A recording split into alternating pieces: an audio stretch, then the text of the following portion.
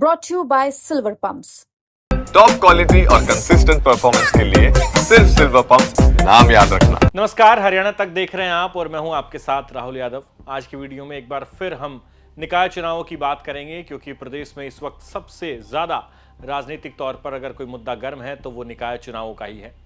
तो आज बात करेंगे मेयर चुनाव में जो भाजपा ने अपने नेताओं की ड्यूटी लगाई है उसको लेकर। भारतीय जनता पार्टी की तरफ से एक लंबी लिस्ट जारी की गई है जिसमें प्रदेश के तमाम छोटे बड़े नेताओं के नाम हैं और उनके अधिकार क्षेत्र, यानी कि इस मेयर इलेक्शन में कौन कहां पर ड्यूटी देगा, कौन कहां पर चुनाव संभालेगा, कौन कहां पर प्रचार करेगा, ये तमाम चीजें वहां पर इस सूची में बताई गई है। तो खास बात यह है कि राव इंद्रजीत सिंह, यानी कि जो केंद्रीय मंत्री हैं और गुरुग्राम से लोकसभा के सांसद, उनकी ड्यूटी भारतीय जनता पार्टी ने गुड़गांव मेयर चुनाव में, मानेसर मेयर चुनाव में और पटौदी नगर पालिका का जो चुनाव है उसमें लगाई है। साथ ही साथ खास बात यह भी है कि इस लिस्ट में राव इंद्रजीत के अलावा गुड़गांव, मानेसर और पटौदी के लिए उनकी बेटी आरती राव का नाम भी शामिल किया गया है। साथ ही साथ मानेसर नगर निगम मेयर चुनाव के लिए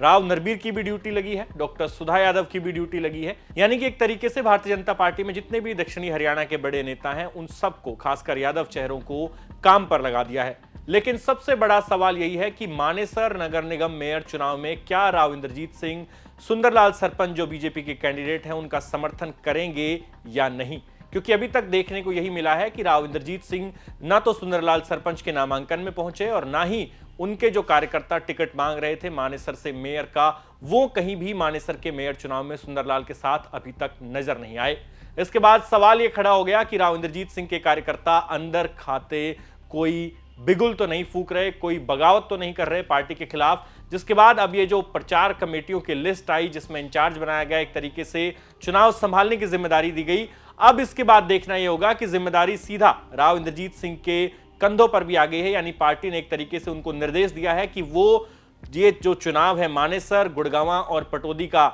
यहां पे वो सुनिश्चित करें कि भारतीय जनता पार्टी के उम्मीदवार की जीत होगी। इसके बाद सब कयास यही लगा रहे हैं कि क्या अब राव इंद्रजीत सिंह की मानेसर में हमें कोई जनसभा देखने को मिलेगी जिस जनसभा में वो सुंदरलाल सरपंच के लिए वोट मांगेंगे। हमारे सूत्र बताते हैं कि सुंदरलाल सरपंच अपनी तरफ से इस बात के लिए जोरदार प्रयास कर रहे हैं कि किसी तरह से राव इंद्रजीत सिंह को मनाया जाए, उनका आशीर्वाद मिले और वो मानेसर में उनका समर्थन करें, क्योंकि अभी तक सुंदरलाल सरपंच को राव इंद्रजीत सिंह का समर्थन खुले तौर पर कम से कम पब्लिकली नहीं मिला है, जिससे उनकी चिंता बढ़ी हुई है। साथ ही साथ सुंदरलाल सरपंच की चिंता इस बात ने भी बढ़ाई है कि उनके सामने जो निर्दलीय प्रत्याशी मैदान में है डॉक्टर इंद्रजीत यादव, जो पहले भारतीय जनता पार्टी के टिकट की दावेदार थी, उनको टिकट नहीं मिली और उनके पति की आपराधिक छवि का हवाला दिया जाता है राकेश हयातपुरिया, जिनका आपराधिक रिकॉर्ड है, जो इलाके के कुख्यात गैंगस्टर के नाम से वहां पर जाने जाते हैं मानेसर में। तो उनका आपराधिक रिकॉर्ड का हवाला देकर कहा गया कि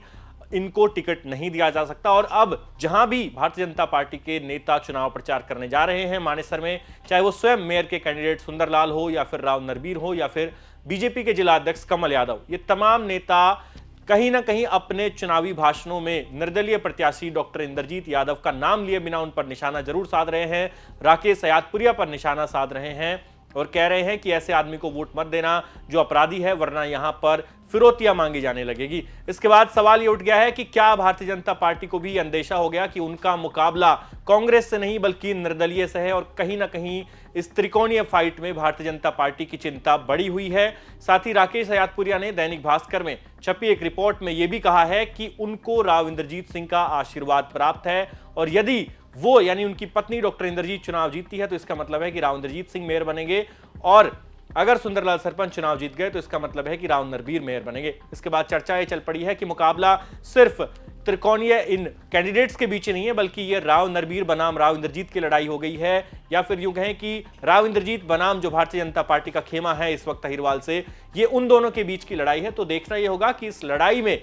जीत किसकी होगी, और जो निर्देश पार्टी की तरफ से आए हैं चुनाव संभालने के, उसमें राव इंद्रजीत सिंह क्या आने वाले दिनों में मानेसर नगर निगम में प्रचार करते हुए नजर आएंगे, अपनी पार्टी के कैंडिडेट के लिए वोट मांगते हुए नजर आएंगे, या फिर वो अपने जो समर्थक उनके टिकट मांग रहे थे उनको कोई आदेश देंगे कि आप जाइए और सुंदरलाल सरपंच की मदद कीजिए। तो इस पर सभी की निगाहें अभी टिकी हुई है। पार्टी जरूर आदेश दे चुकी है अपनी तरफ से, राव इंद्रजीत के कंधों पर यह जिम्मेदारी डाल चुकी है कि आप गुड़गांव